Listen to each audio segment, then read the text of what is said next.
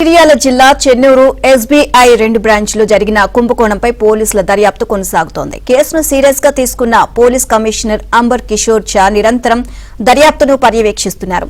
పక్కదారి పట్టిన కోట్ల విలువైన బంగారం, నగదు రికవరీ ముమ్మరం చేస్తున్నారు. ప్రత్యేక బృందాలను రంగంలోకి దించారు.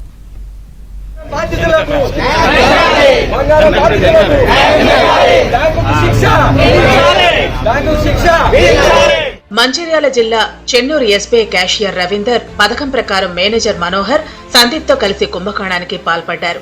కస్టమర్ల బంగారం బయటకు తీశారు. బ్యాంకులో ఖాతాదారులు తాకట్టు పెట్టిన 25.17 కిలోల బంగారాన్ని బ్యాంకు నుంచి తీసి వేర్వేరు ప్రైవేట్ ఫైనాన్స్ కంపెనీల్లో తాకట్టు పెట్టి డబ్బులు తీసుకున్నారు.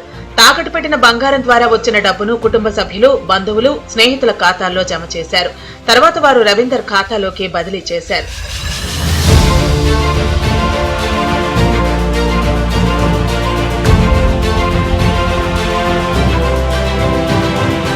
బ్యాంక్ ఆడిటింగ్ లో ఈ మోసం బయటపడింది. వెంటనే డివిజనల్ బ్యాంక్ మేనేజర్ చెన్నూరు పోలీసులకు ఫిర్యాదు చేశారు. పోలీసులు దర్యాప్తు చేసి రవీందర్ ఖాతాలో అనుమానాస్పద లావాదేవీలు గుర్తించారు. అతను అరెస్టు చేయడంతో నిజాలు బయటకొచ్చాయి.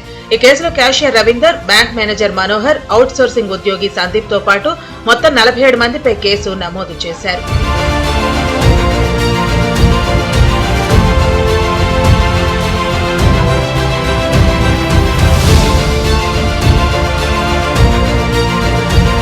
ఇప్పటి వరకు నిందితుల నుంచి 15.23 కిలోల బంగారం, 1.61 లక్షల నగదు స్వాధీనం చేసుకున్నారు. మరో 4.14 కిలోల బంగారం లేకుండానే ఉన్నట్టు ఎస్బీఐలోనే రుణాలు తీసుకున్నట్టు గుర్తించారు. మిగిలిన బంగారం మరికొన్ని ప్రైవేట్ ఫైనాన్స్ సంస్థల్లో 5 కిలోలకు పైగా ఉన్నట్టు పోలీసుల దర్యాప్తులో తేలింది. దీంతో ఈ 2 రోజుల్లో వాటిని కూడా పోలీసులు రికవరీ చేయనున్నారు.